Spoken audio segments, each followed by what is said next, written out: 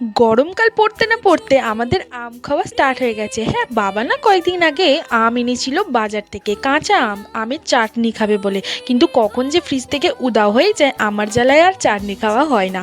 মা যখন চাটনি করার জন্য ফ্রিজ থেকে বার করে আম, তখন আর আমই খুঁজে পাই না। কখন যে আমি সাটিয়ে দিই, শুধু আমি না, আমার বান্ধবীদেরকে ডেকে পুরো মশলা দিয়ে একদম চাট বানিয়ে খাই।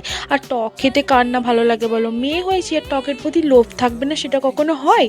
আর গরমকাল মানে তো প্রত্যেক দিন আম, আম আম আম শুধু।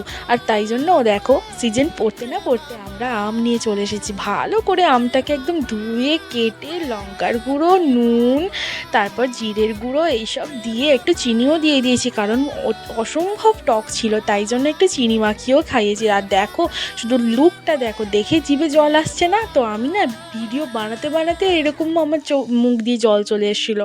আর তারপর দেখো, আমরা দুজন খুব আনন্দ